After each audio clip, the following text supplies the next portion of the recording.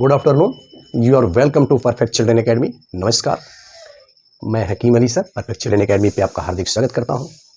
साथियों, आज हम एक बहुत ही महत्वपूर्ण चैप्टर के बारे में बात करेंगे जो हमारे जीवन की निरंतरता का आधार है। आज हम लोग जानेंगे कि सेल हमारी डिवाइड क्यों करती है, आखिर सेल के डिवाइड होने का कारण क्या है, वो कौन से फैक्टर हैं जो सेल को डिवाइड करने के लिए मजबूर करते हैं। इसमें हम जानेंगे कि कैरियोप्लाज्मिक इंडेक्स क्या है, सरफेस एरिया वॉल्यूम रेशियो क्या है। ये दोनों फैक्टर ऐसे हैं जो सेल को डिवाइडेशन की तरफ लेके जाते हैं। आज हम लोग जानेंगे कि ये क्या है और यह भी जानेंगे कि ये सेल डिवीजन कितने प्रकार की होती है और इसका हिस्टोरिकल एस्पेक्ट क्या है। सेल डिवीजन के बारे में किन वैज्ञानिकों ने अपना महत्वपूर्ण कंट्रीब्यूशन दिया है, इन सारी चीज़ों को आज हम लोग जानेंगे। ये हमारा इंट्रोडक्टरी लेक्चर है। कमिंग लेक्चर में हम सेल साइकिल के बारे में और माइटोटिक डिवीजन के बारे में, चेक पॉइंट्स के बारे में बात करेंगे। तो आइए देर न करते हुए हम बात करते हैं कि हमारी सेल के डिवाइडेशन का हिस्टोरिकल एस्पेक्ट क्या है। देखिए, एक ट्रिक हमने बनाई है।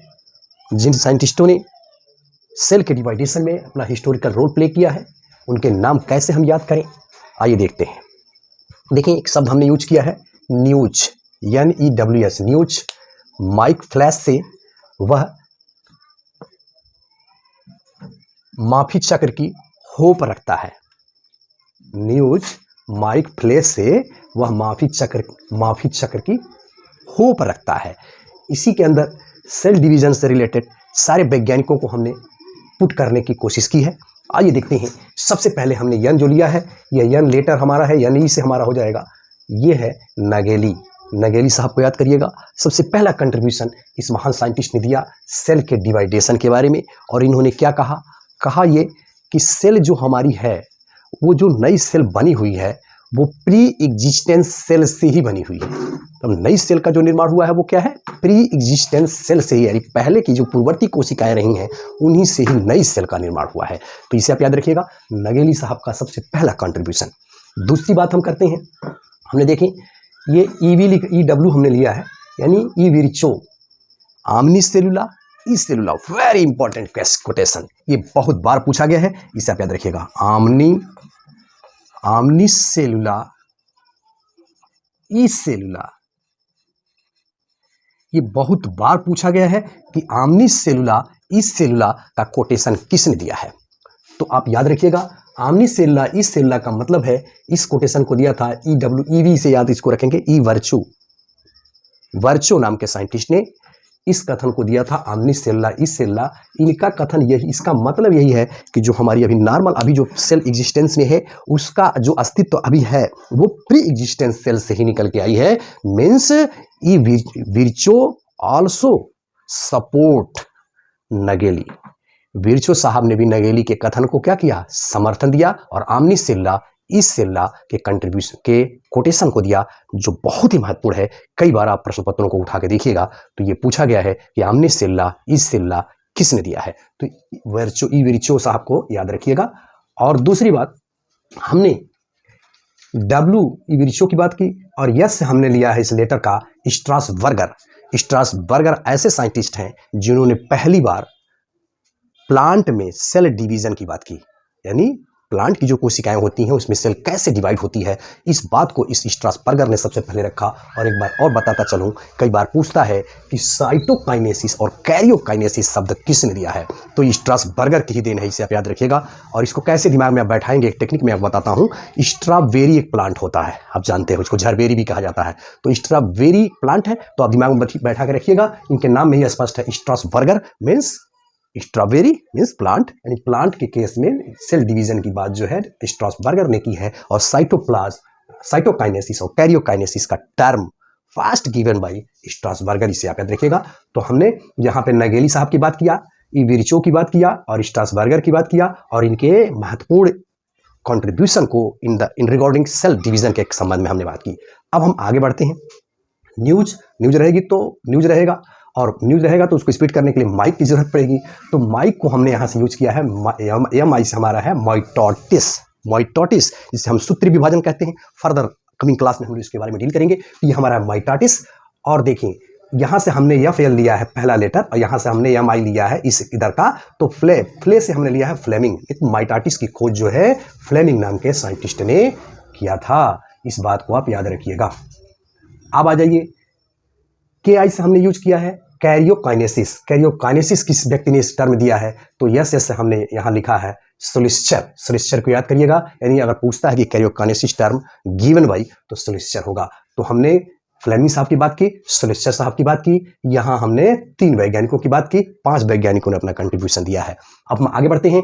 सी वाई हमने लिखा है से, यानी न्यूज माइक फ्लेश से वह, तो से वाई सी वाई से हमने लिखा है साइटोकाइनेसिस। तो साइटोकाइनेसिस अगर पूछता है कि साइटोकाइनेसिस टर्म किसने दिया है, तो ये टर्म दिया है व्हाइट मैन ने। Cytokinesis term given by white man, याद रखिएगा। और माफी का मतलब फार्मर एंड मूरे नाम के साइंटिस्ट ने मियोसिस की बात की है। अभी हमने देखा क्या, माइटोटिस की बात जो है ये फ्लेमिंग ने किया है, और मियासिस की जब बात आएगी, इसको भी हम लोग आगे पढ़ेंगे, तो ये दिया है हमारे फार्मर एंड मूरे नाम के साइंटिस्ट ने। और चक्र की बात मैंने किया है, यानी सेल साइकिल की बात किया है। सेल साइकिल को भी हम लोग बात करेंगे कमिंग लेक्चर में। तो सेल साइकिल हमारा जो है, किस तरह से सेल साइकिल चलती है, कैसे हम उसमें देखेंगे G1, yes, G2 and Yama phase आते हैं, और कैसे चेक पॉइंट होते हैं, इसको भी हम लोग जानेंगे। तो ये हमारा रहा फार्मर एंड मूरे का। और साइकिल चक्र, यानी जो सेल की साइकिल है वो किस तरह से यूनिट डायरेक्शनल है और कैसे वो चलती है, उसके बारे में जो बताया वैज्ञानिक ने। होप हमने लिखा है, होप रखता है, यानी होप से हार्वर्ड एंड पेले नाम के साइंटिस्ट ने इसके बारे में बात बताई। ये तो रहा हमारा हिस्टोरिकल एस्पेक्ट, यानी कैसे वैज्ञानिकों के नाम हम याद करेंगे। इस टेक्निक के माध्यम से हमने कोशिश की कि आपको इन सारे वैज्ञानिकों के नाम याद हो जाएं जिन्होंने अपना महत्वपूर्ण योगदान जो है सेल डिवीजन के रिगार्डिंग दिया है। अब हम देखते हैं कि सेल क्यों विभाजित होती है, क्या कारण है सेल के डिवाइडेशन का। देखिए, कोशिका विभाजन जीवन की निरंतरता का आधार है। Cell division is the physical basis of continuity of life.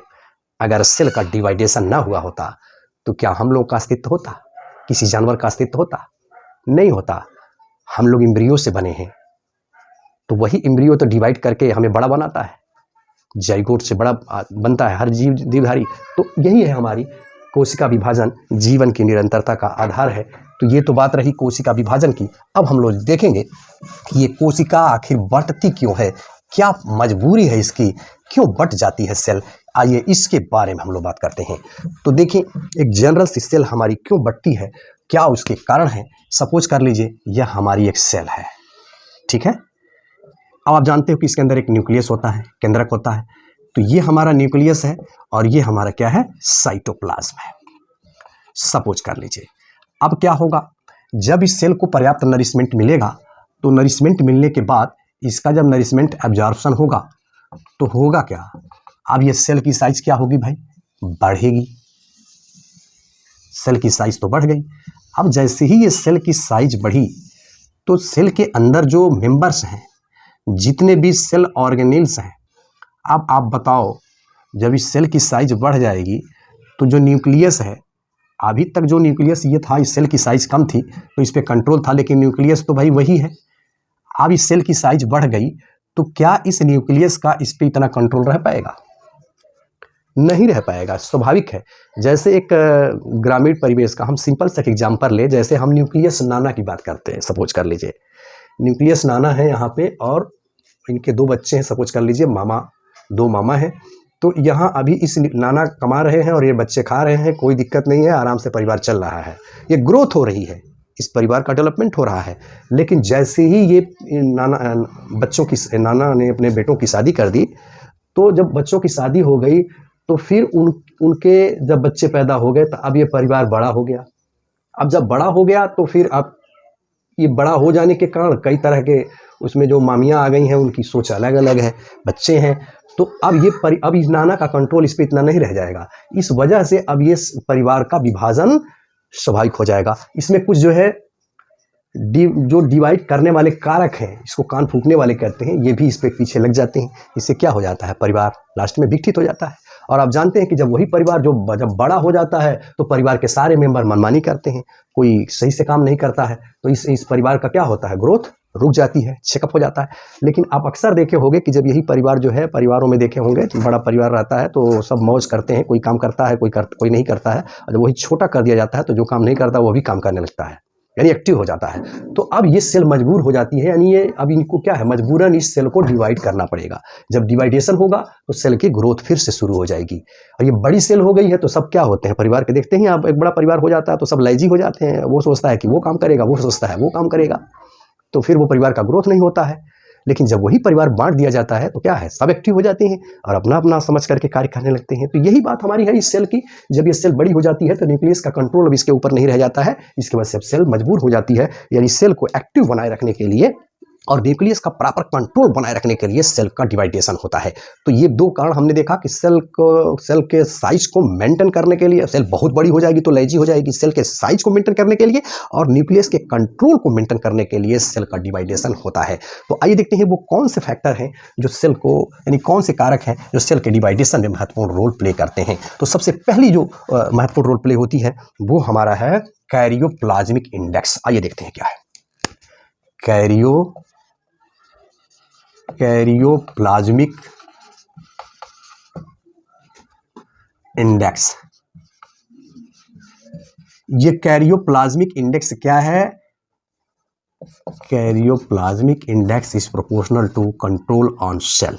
देखिए ये होता है, यानी कैरियोप्लाज्मिक इंडेक्स प्रोपोर्शनल होता है कंट्रोल ऑन सेल, यानी कैरियोप्लाज्मिक इंडेक्स अगर बढ़िया है, यानी न्यूक्लियस का कंट्रोल सेल पे अच्छी तरह से है, तो क्या होगा, वो परिवार ग्रो करता है। जिस तरह से केंद्रक नानक न्यूक्लियस नाना की हमने बात की, परिवार छोटा रहा, उनका कंट्रोल बना रहा तो परिवार ग्रो कर रहा था, परिवार बड़ा हो गया तो फिर उनका ग्रोथ रुक जाता है। तो ठीक वही कहानी यहाँ पे भी है, जब सेल की साइज अच्छी है तो न्यूक्लियस का कंट्रोल उसके ऊपर रहता है, लेकिन जैसे ही डिस्टर्ब होती है तो न्यूक्लियस का कंट्रोल डिस्टर्ब हो जाता है और परिवार बिटन की हो जाता है। वैसे ही यहाँ यह कहानी है। आइए देखते हैं कैरियोप्लाज्मिक इंडेक्स थियरी क्या कहती है।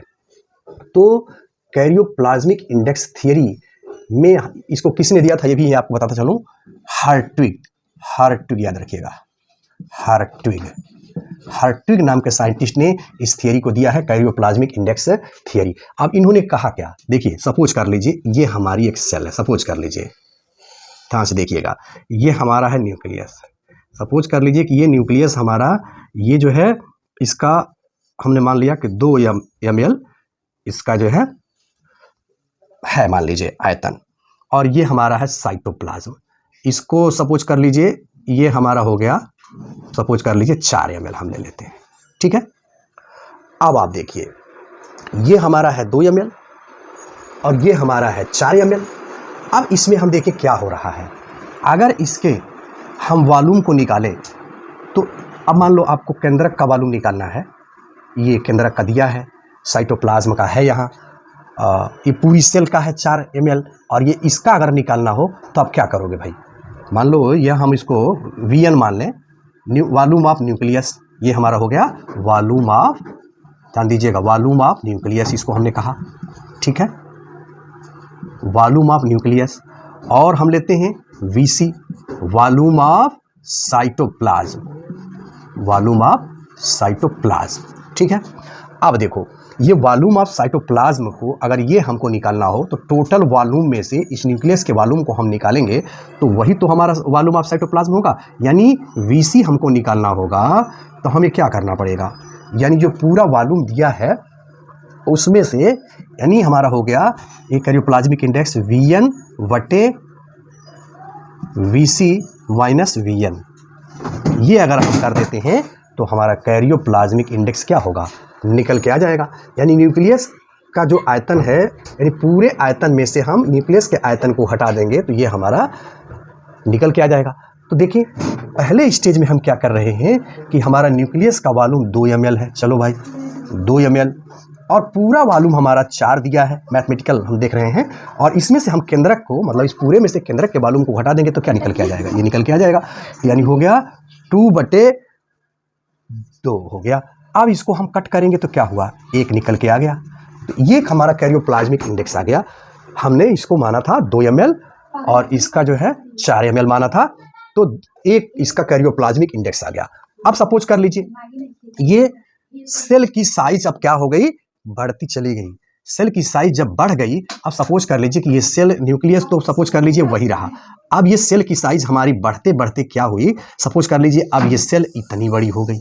अब आप सोचो भाई, ये सेल की साइज जब इतनी बड़ी हो गई तो अब क्या होगा, न्यूक्लियस तो हमारा वही है, न्यूक्लियस वही है, और सेल की साइज जब बढ़ गई, इतनी बड़ी हो गई, तो अब बताओ, मान लीजिए हमने इसको न्यूक्लियस की साइज को हम 2 ml ही मानते हैं और इसको हमने ले लिया 8 ml।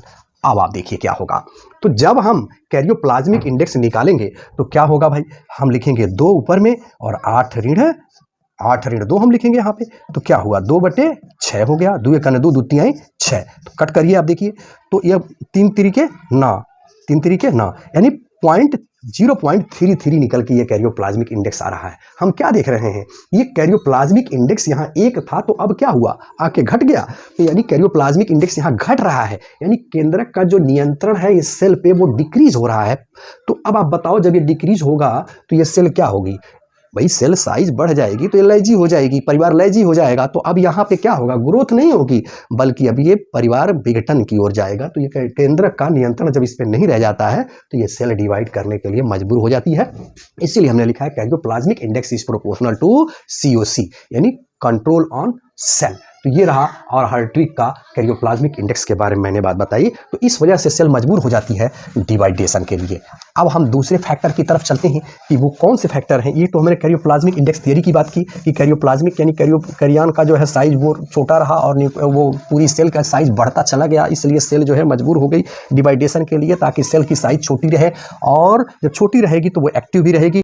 हाँ, अभी हमने देखा कि कैरियोप्लाज्मिक इंडेक्स जो है जब डिस्टर्ब रहा, केंद्र का कंट्रोल जब सेल पे नहीं रह गई, सेल हमारी साइज बढ़ गई, तो हमारी सेल क्या हो गई, डिवाइडेशन के लिए मजबूर हो गई। दूसरी पार्ट की तरफ चलते हैं हम, सरफेस एरिया वॉल्यूम रेशियो की तरफ। हम जानते हैं कि इसको मान लीजिए हमने क्यूब मान लिया, तो A = हम 1 मानते हैं। तो आप जानते हो कि सरफेस एरिया जो है, सरफेस एरिया ऑफ क्यूब क्या होता है, 6A² होता है, और इसका वॉल्यूम क्या होता है, सर वॉल्यूम ऑफ क्यूब होता है AQ होता है। हमने सपोज कर लिया कि 1 सेंटीमीटर इसकी भुजा ले लिया। सबसे पहले हमारी सेल छोटी सी थी, मान लीजिए हमने इसका 1 सेंटीमीटर ले लिया, ठीक है। तो अब इसका हम सरफेस एरिया निकालते हैं भाई। तो सरफेस एरिया क्या हो जाएगा, 6A² हो जाएगा। तो हम 6 गुणे 1 का वर्ग भरेंगे, तो 1 1 यानी 6 सेंटीमीटर स्क्वायर हो, 6 सेंटीमीटर वर्ग हो गया। इसका क्यूब हम निकालेंगे, तो मतलब वॉल्यूम निकालेंगे, तो AQ भरेंगे, यानी 1 का क्यूब 1 ही होता है, 1 सेंटीमीटर क्यूब हो गया। चलो, तो अगर हम सरफेस एरिया और वॉल्यूम के रेशियो को, सरफेस एरिया एंड वॉल्यूम के रेशियो को हम अगर देखेंगे तो हमारा क्या होगा, सरफेस एरिया है 6 संबंध है और वॉल्यूम हमारा 1, तो 6 संबंध है, 1 का रेशियो यहाँ निकल के आ रहा है, ठीक है। अब हम चलते हैं सेकंड कंडीशन में। मान लीजिए A = हमने 2 सेंटीमीटर ले लिया, तो हमारे यहाँ सरफेस एरिया क्या हो जाएगी, सरफेस एरिया हो जाएगी 2 दूनी 4 × 24 सेंटीमीटर, 24 सेंटीमीटर, चलो 24 वर्ग सेंटीमीटर। हम वॉल्यूम ले लें अगर, तो A का क्यूब यानी 2 दूनी 4 दूनी 8, 8 सेंटीमीटर क्यूब हो जाएगा। और इन दोनों का रेशियो हम निकाल लें, 24 संबंध 8 की हम बात करें, तो 8 × 8 8 3 × 24। आप देख रहे हो क्या, 3 संबंध 1 की बात आ गई। अगर इसी को हम A = 3 ले लें, देखिए फिर हमारी सेल मान लीजिए बढ़ गई, तो अब यहाँ पे क्या हो जाएगा भाई, अब इसको हम मान लीजिए 3 3 × 9 = 54, सरफेस एरिया हम निकालेंगे तो क्या हो जाएगा, 54 सेंटीमीटर वर्ग सेंटीमीटर हो जाएगा। और हम इसका वॉल्यूम निकालेंगे तो 3 3 × 9 = 27 सेंटीमीटर क्यूब हो जाएगा। अब इन दोनों का रेशियो अगर हम निकालें तो 54 संबंध 27, 27 से 27, 27 दूनी 54। तो आप क्या देख रहे हो कि निश्चित रूप से ये सरफेस एरिया और वॉल्यूम का जो रेशियो है वो डिस्टर्ब हो रहा है। जैसे जैसे सेल हमारी देखिए छोटी थी, तो वो 3 संबंध 1, 6 संबंध 1 का पहला अनुपात हमको निकला। दूसरा हम देख रहे हैं 3 संबंध 1 हो गया, तीसरा हमारा क्या हो गया, 2 संबंध 1 हो गया। तो ये सरफेस एरिया और वॉल्यूम का रेशियो आप क्या देख रहे हो कि डिस्टर्ब होता चला जा रहा है। जैसे जैसे ये हमारी सेल की साइज बढ़ रही है, वॉल्यूम सरफेस एरिया और वॉल्यूम रेशियो क्या हो रहा है, घट रहा है, डिस्टर्ब हो रहा है। यहाँ देखिए सरफेस एरिया ज़्यादा थी, 6 था, यहाँ पे 3 हो गया, यहाँ पे देख रहे हैं 2 हो गया, और हम बढ़ाएंगे तो और घटता चला जाएगा। तो इस तरह से सरफेस एरिया वॉल्यूम रेशियो के डिस्टर्ब होने से सेल क्या होती है, मजबूर हो जाती है। ये रहा हमारी सेल के विभाजन के 2 कारक, कैरियोप्लाज्मिक इंडेक्स और सरफेस एरिया वॉल्यूम रेशियो। अब हम लोग ये आगे बढ़ते हैं, देखते हैं कि कौन सी सेल जो है डिवाइड करती है और कौन सी सेल डिवाइड नहीं करती है। कौन सी सेल ऐसी होती हैं जो सुसुप्तावस्था में रहती हैं, लेकिन जब उन्हें ज़रूरत पड़ती है तो डिवाइड हो जाती हैं। देखिए एक शार्ट में हमने यहाँ पे एक ट्रिक डेवलप किया है।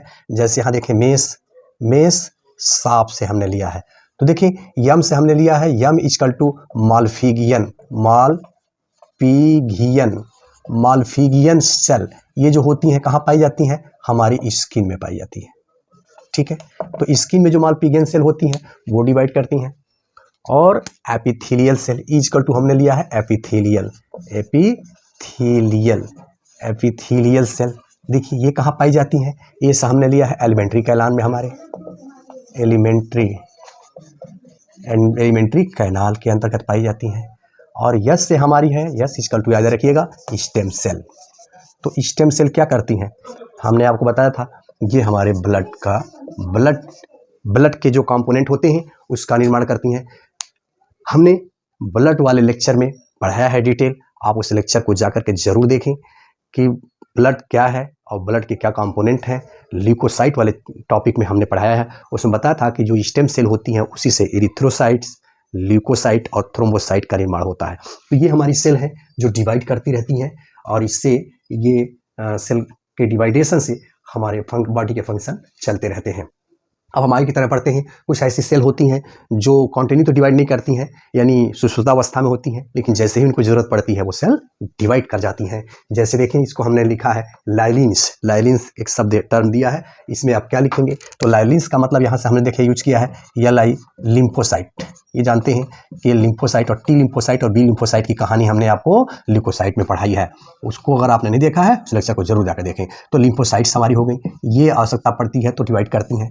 इसी तरह से लीवर की जो सेल होती हैं जनरली डिवाइड नहीं करती हैं, या हमने लीवर लिया है तो लीवर सेल, तो ये जब जरूरत पड़ जाती है, कई बार मान लीजिए लीवर की सर्जरी हो जाती है, लीवर में कट हो जाता है, तो कई बार ये लीवर की सेल भी पुनः अपनी डिवाइडेशन की पावर रिगेन कर लेती हैं, डिवाइड करने लगती हैं। और ये हमने लिखा है यानी से जो नॉन स्ट्राइटेड जो मसल होती हैं, वो मसल की जो सेल होती हैं वो भी जो है जनरली डिवाइड नहीं करती हैं, लेकिन अगर ज़रूरत पड़ जाती है तो ये डिवाइड भी करने की कैपेसिटी रखती हैं। तो ये रहा हमारा। अगला हमने यूज किया है नर्स से, नर्स शब्द से लिया है। तो नर्स का मतलब देखिए न्यूरॉन्स जो न्यूरॉन्स होती हैं, जो मैच्योर आरबीसी होती हैं, मैच्योर आरबीसी की बात मैं करूं, और स्ट्राइटेड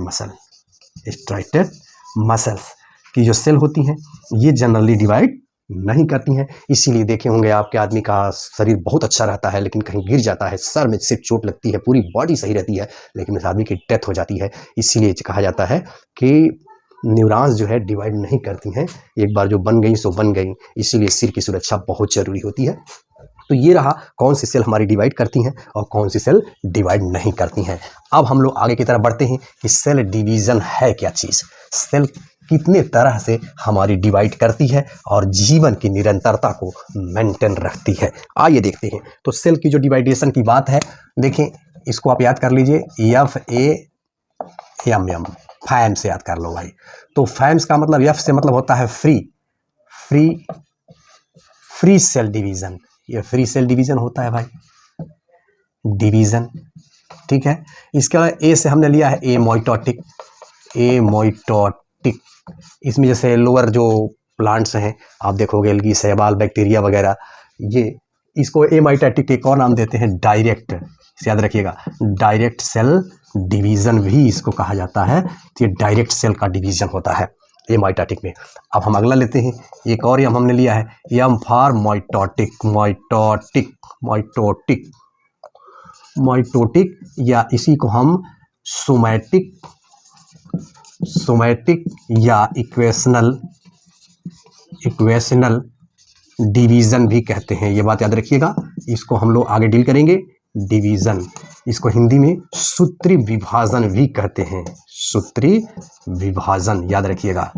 और तीसरा हमारा है, फिर एक यम हमने लिया है, यम से हमारा है मियोसिस, MEIOUS, मियोसिस, इसकी बात करेंगे। या इसी को हम रिडक्शनल डिवीज़न,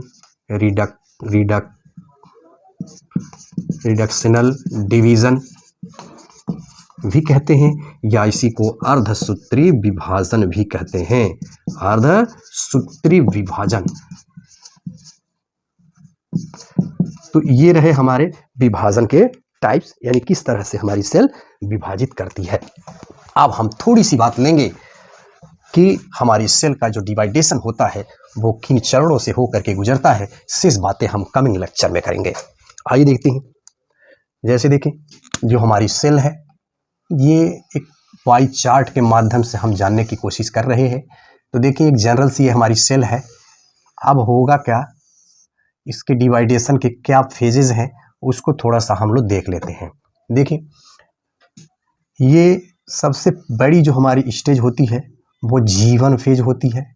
उसके बाद से हमारा यस होता है यानी सिंथेटिक फेज, और फिर हमारा होता है G2 फेज, और G2 फेज के बाद ये हमारी होगी यम फेज। ठीक है, तो देखिए G1 फेज सबसे लॉन्गेस्ट फेज है। और एक चीज़ और आपको बताता चलूँ कि ये इन चरणों से होकर के सेल का डिवाइडेशन होता है। यहाँ से लेकर के जब हम यहाँ तक ऐसे आगे बढ़ते चले जाएंगे तो ये यूनिडायरेक्शनल होता है। ध्यान दीजिएगा, ये ऐसा नहीं है कि इधर से कूद करके उधर भी निकल जाएंगे। ये देखिए ये यहाँ से सेल हमारी चली है, तो यहाँ से लेकर के यहाँ तक का जो सफ़र है सेल का, ये सबसे ज़्यादा टाइम लगता है। इसको हम इंटरफेज कहते हैं, याद रखिएगा, इंटरफेज, या इसी को हम कहेंगे non dividing phase, non dividing phase, या इसी को कहेंगे रेस्टिंग फेज भी एक तरह से मैं नाम दे सकता हूँ। रेस्टिंग, एक तरह से रेस्टिंग ही, इसमें डिवाइड नहीं हो रहा है, इसमें तैयारी हो रही है, रेस्टिंग फेज। अच्छा, इसके बाद इसको हम इंटरफेस कहते हैं, और ये सबसे ज़्यादा टाइम इसी में लेगी हमारी सेल डिवाइड होने के लिए। अगर हम इसको मान लें तो 24 घंटा अगर माने तो 24 में 23 आवर जो है यही लगता है इसी में। और देखें, क्योंकि आप जानते हैं बांटने में समय नहीं लगता है, सारी चीज़ों को एकत्रित करने में, सारी चीज़ें कलेक्ट होंगी तो तैयारी में ज़्यादा समय लगता है। इसीलिए ये क्या है, हमारी सेल के डिवाइडेशन की टोटली तैयारी हो रही है। इसको हम लोग आगे फर्दर क्लासेस में डिटेल जानेंगे। और यहाँ पे हमारा है यम फेज, यानी ये यम फेज जो है काफ़ी शॉर्ट होता है, यानी इसको माइटोटिक फेज भी कहते हैं। इसमें मियासिस और माइटोटिस दो चीज़ें हम पढ़ेंगे। तो ये मात्र जो है 1 घंटे का होता है। तो ये बातें रहीं। तो शॉर्ट में अगर हम लोग देखना चाहें तो हमारी जो सेल की डिवाइडेशन होनी है, सेल का डिवाइडेशन देखिए किन चरणों से होकर के हमारी सेल गुजरेगी। तो 2 बातें इसमें निकल के आएंगी। एक हमारी होगी इंटरफेस, इंटरफेस या non dividing phase, non dividing phase की बात हम करेंगे, इसको देखेंगे। और दूसरी बात हम करेंगे डिवाइडिंग फेज, डिवाइडिंग फेज। ठीक है, तो आप देख लेते हैं ये इंटरफेस हमारे किन चरणों से हो करके गुजरेगी, इसको हम देखते हैं। और हमारी डिवाइडिंग फेज किन चरणों से होकर के गुजरेगी। तो इंटरफेज में आप देखेंगे G1 फेज होगा हमारा, यस फेज होगा और G2 फेज होगा। इन चरणों से होकर के हमारी इंटरफेज को गुजरना है। और इसमें हम लोग देखेंगे कमिंग लेक्चर में ये किस तरह से डिवाइडेशन होना है। दूसरी बात हमारी है, ये है डिवाइडिंग फेज। इसमें 2 तरह के डिवाइडेशन आएंगे। एक हमारी होगी माइटोटिक, हम लोग पढ़ेंगे माइटोटिक, माइटोटिक डिवीजन की बात करेंगे। और दूसरा हम जो है मियासिस की बात करेंगे, मियोसिस, मियोसिस डिवीजन की बात करेंगे। और माइटोटिक डिवीजन हो या मियासिस डिवीजन हो, इन दोनों में 2 चीज़ें निकल करके आएंगी। इसमें हम लोग पढ़ेंगे कमिंग लेक्चर में कैरियोकाइनेसिस, कैरियोकाइनेसिस, और दूसरा हम लोग पढ़ेंगे साइटोकाइनेसिस। ठीक है, तो ये हमारा है brief description about introductory lecture about cell and its cycle. यानी सेल क्या है, सेल क्यों डिवाइड होती है, उसके क्या कारण हैं, इसका हिस्टोरिकल एस्पेक्ट क्या है, और सेल क्यों डिवाइड होने में कौन से फेजेस काम करते हैं, और इनके क्या मतलब इंटरफेज क्या है या नॉन डिवाइडिंग फेज क्या है, G1 यस G2 क्या है, और माइटोटिक और मियासिस क्या है। माइटोटिक को हम सूत्री विभाजन कहते हैं, मियासिस को अर्धसूत्री विभाजन कहते हैं। इन सारी चीज़ों की डिटेल हम लोग कमिंग क्लास में करेंगे। तो अगर आप चैनल पे नए हैं, इस चैनल को सब्सक्राइब करें, लाइक करें और कमेंट करना बिल्कुल ना भूलें।